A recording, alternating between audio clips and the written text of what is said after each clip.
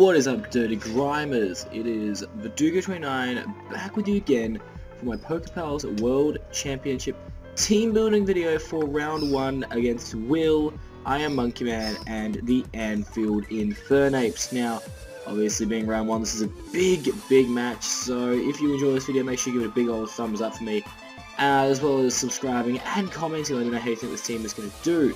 But basically, Will's team broken down. He has Mega Altaria, Magnezone, Gyarados, Superior, Infernape, Porygon 2, Porygon Z, Cobalion, Meloetta, Typhlosion, Bayleaf, and Murkrow. So, when it came to building this team, I tried... The first thing I really wanted was a good core to build my team around. A core that I knew could handle the majority of his threats, and so the 3 Pokemon core that I decided to go with was initially what I really wanted, without even putting any sets in, I really wanted Rotom Wash. I felt that pairing well with Rotom Wash, especially against matchups such as maybe Magnezone or even Infernape, would be Garchomp, running defensive kind of Garchomp. But you'll see it's got a bit of a kicker surprise. And finally, I realized that what I probably also needed... Sorry, my dog dropped the ball down here. The other thing I needed was a good special wall, so obviously we will just bring Florges along. Now, that's how I had it initially, and I was like, okay, cool, how am I going to run this? So, the way I saw it, he didn't really have too many mixed attackers, and the only big one that he had was Infernape, that I knew Rotom plus Florges couldn't deal with.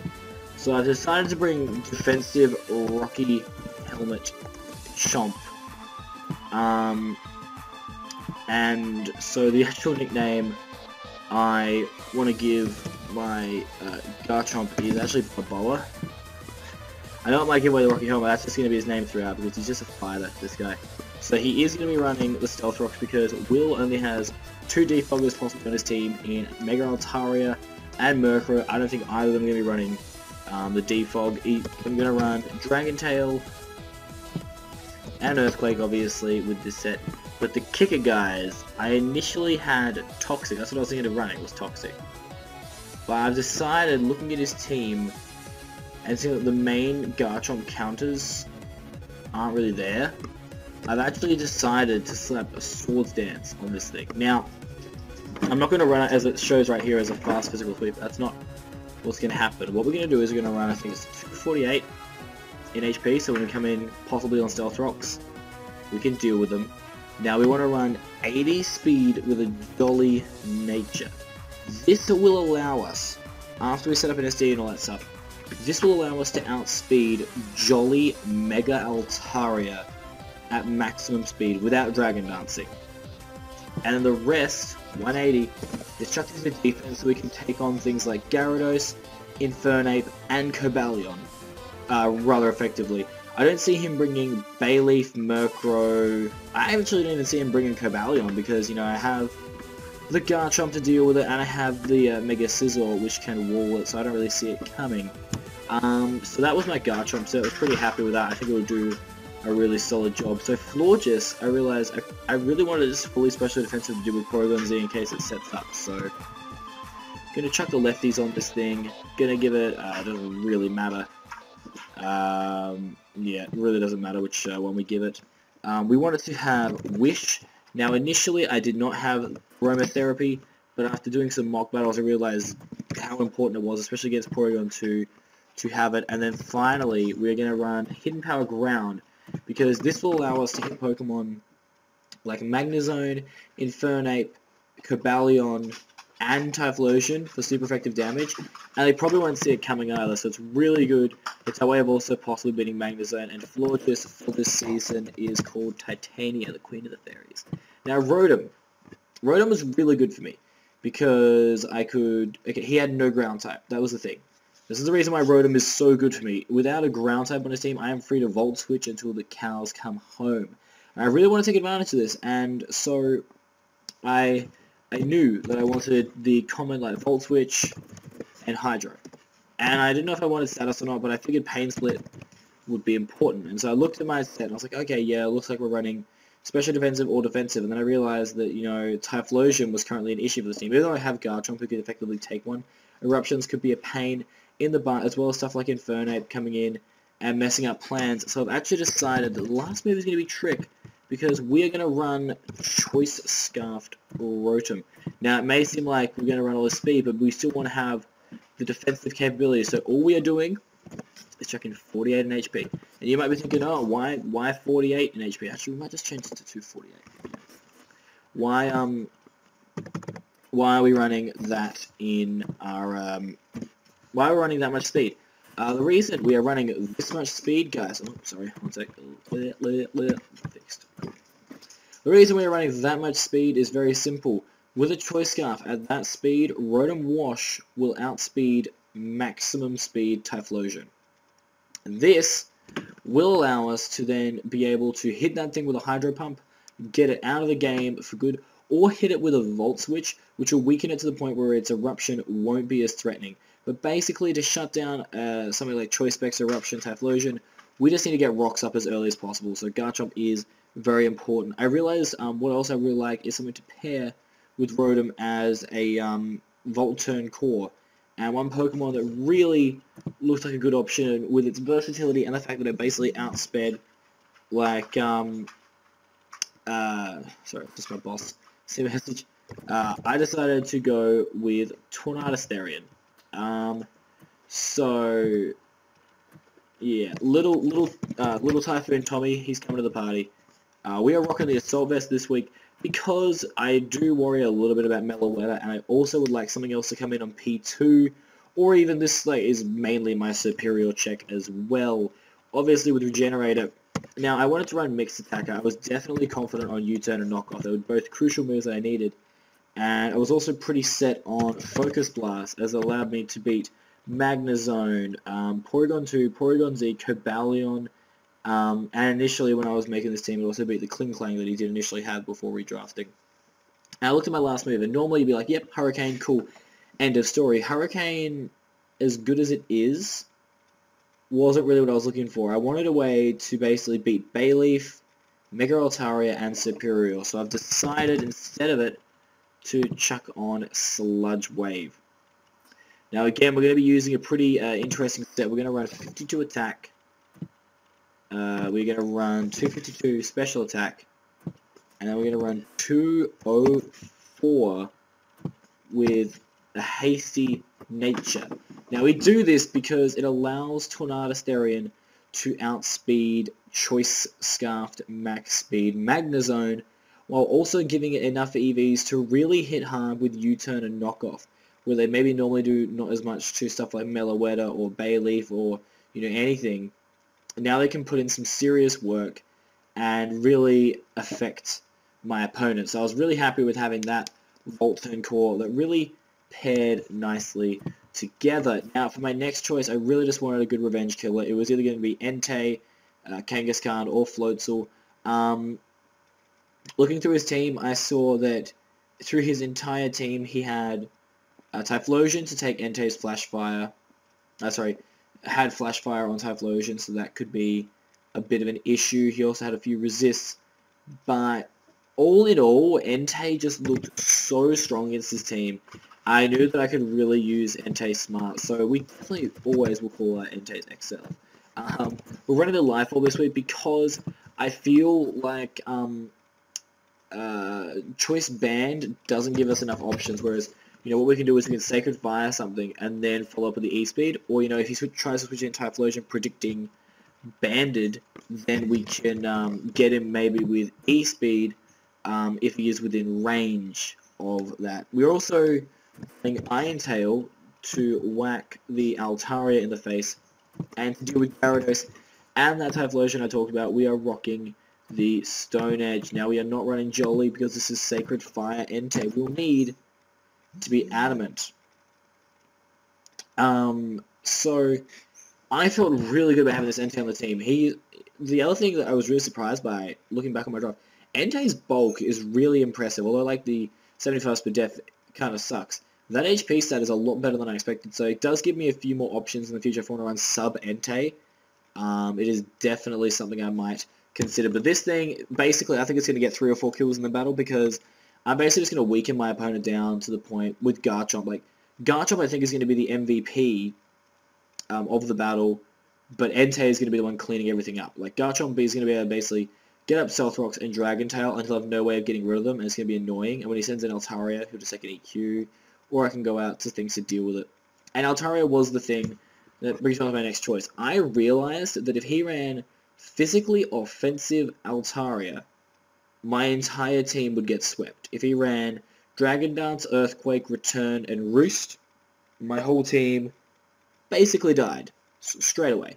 So what I wanted was a Pokemon that could deal with the physically offensive Altaria set, and I'm not going to lie, guys, I didn't have much. I really didn't have much for Mega Altaria, but I've decided to take a risk this week that I think is going to pay off, and our final choice for the first week of the PokePals World Championship, I'm going to bring a Pokemon that probably nobody thought I would bring first round, but even though there is a Magnezone on that team, we got to bring Mega Scizor. Scarlet Overkill is here to just destroy lives, obviously holding that Scizor with Technician. Now, I definitely wanted Superpower, obviously, to hit Magnezone. I definitely wanted BP so I could take out Altaria. And I definitely wanted Roost so that I could actually have a bit of longevity. And after that, I kind of hit a roadblock. I had a lot of choices, guys. I could have gone Defog to get rid of Hazards. I could have gone with Swords Dance to boost up and be able to sweep things. But in the end, I actually decided to go for U-Turn. And the reason I went for U-Turn in the end was because I felt like Sizzle could come in on things like Meloetta and Bayleaf, and even Superior to an extent, depending on how he's going to run it. I don't know, he may just run the HP Fire on Superior, I'm not sure. And it also comes in on Mega Altaria, which is the big thing, and scaring out Mega Altaria and baiting in Magnezone chips away at Magnezone, which is really important for Sizzle, and I felt it just gave it a lot more durability. So what set we're also running is the Magneton Killer. This set basically means that when Sizzle comes in, it can beat Magnezone. We're going to give it 248, so we don't take as much from rocks. And what we're going to be running is a Jolly Natured Scizor. I'm just trying to remember what stats I had and everything. I think this can now come up to 124. Yep. So 124 in there, 136 Jolly Natured Scizor. And I'm going to explain exactly why it's got this. Okay, so it has the Jolly 136 speed so that it can outspeed by a clean 2 points a Choice Specs Magnezone at maximum speed, which is really critical because he may choose to bring Choice Specs Magnezone. Time will tell with that. And now, the reason we have the HP bulk as well is because in case he is Choice Scarfed Magnezone, it allows us to actually live an HP Fire. If we're at full health, we will always live an HP Fire unless it is a crit, and we can reply with Superpower to kill it off of 124 attack. So basically our plan there is that, you know, if the worst comes to worst and he does get us and he does trap us, as long as we have at least, I reckon, over 90% health, we should be fine. The other thing I'm going to do, which I was told about, and I will make sure that I do, is attempting to switch with Scizor. Because I know in the past that I have tried running analytic Magneton or analytic, you know, of other Pokemon. My dog's having a bit of a fit, doesn't matter. Running all these analytic Pokemon, so being able to check that first and knowing whether I can switch out or not will be kind of critical because, you know, he could be running some crazy sets, and I want to make sure that I can deal with him really well. But obviously, I can't trap the Magnezone, but I can beat the Magnezone with stuff like Garchomp, Florges, Tornadus, and my Entei. So I definitely have a lot of threats.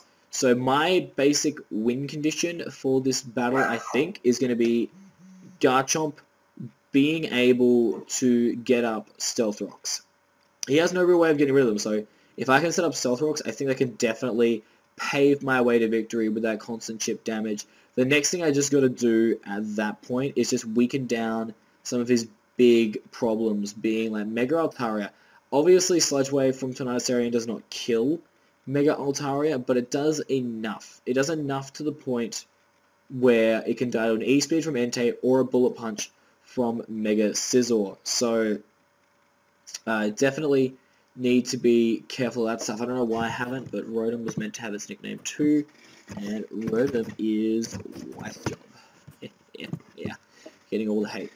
Rotom is also going to be critical. With this Choice Scarf, it does give me a lot of power during the battle. What I can actually do really effectively as well is I could possibly Choice Scarf not only Porygon 2, but also Pokemon like Meloetta, which would be really important if it lost its Eviolite and was only locked into one move, meaning the Sizzle could switch into it a lot safer, get off the roost if it wanted to go into Magnezone, and then we could go from there. But definitely the 3 Pokemon I'm not really looking forward to facing, and I will have to play really well around for this battle, will be Typhlosion, Mega Altaria, and Magnezone. If Mega Altaria is running Dragon Dance, Return, Fire Blast, and Roost, it could be an issue for my Mega Scizor. But like I said, Mega Scizor is there basically to get chip damage and to deal with Mega Altaria. So Mega Altaria is weakened after the BP to the point where Entei can come in and finish it off with a Life Orb E-Speed. Then Scizor's done its job. Scizor is not here to get all the kills for the team, because Scizor can be stopped by Pokemon such as Infernape, Typhlosion, Magnezone, Gyarados. It is not there to be the hero today, because I know it's not going to be. It is there to pivot in combination with Rotom and be able to allow Pokemon like Entei, Garchomp, and Tornado Starion to come in and put in the finest of work. But basically, guys, this is the team. I'm actually feeling pretty good about this team. I'm pretty darn confident in leading Tornadus T, no matter what he leads with. The way I see it, if he leads with Infernape, he could be Sashnape with Rocks, but that means I can U-turn on that thing and then go straight into my Garchomp. And if he reveals that he is actually Choice Scarfed Infernape, obviously I'll die to the Thunder Punch and lose my Tornadus, which would suck. But it does mean I get the free switch into Garchomp, and then there is no way he is stopping me from getting my Rocks up. Garchomp getting Rocks up is critical for this team in order to win. So I want to lead Tornado Starion as well, because if he leads with stuff like Magnezone, I can threaten him to want to go for the Volt Switch or the Thunderbolt and allow myself to U-turn out to Garchomp. Basically, the only Pokemon stopping my Garchomp from actually effectively setting up at this stage, or setting up my Rocks initially at this stage, would be Mega Altaria, maybe Serperior, Porygon Z, maybe Porygon 2, because it could carry the Ice Beam. And that's about it, guys.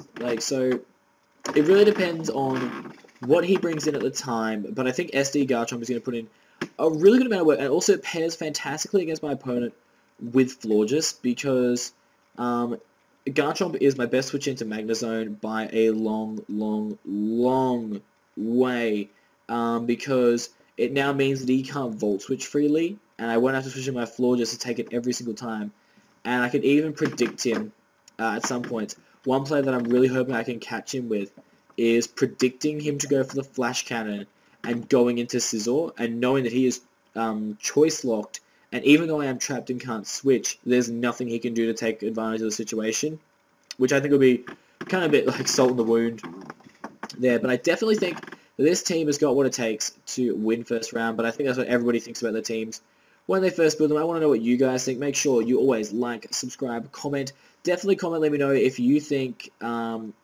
this team will be good enough. Obviously, I will be uploading this team after the battle between Will and I has been completed, but I would still like to know your thoughts, obviously. This is a team that I am 99.999% confident of going into this battle with.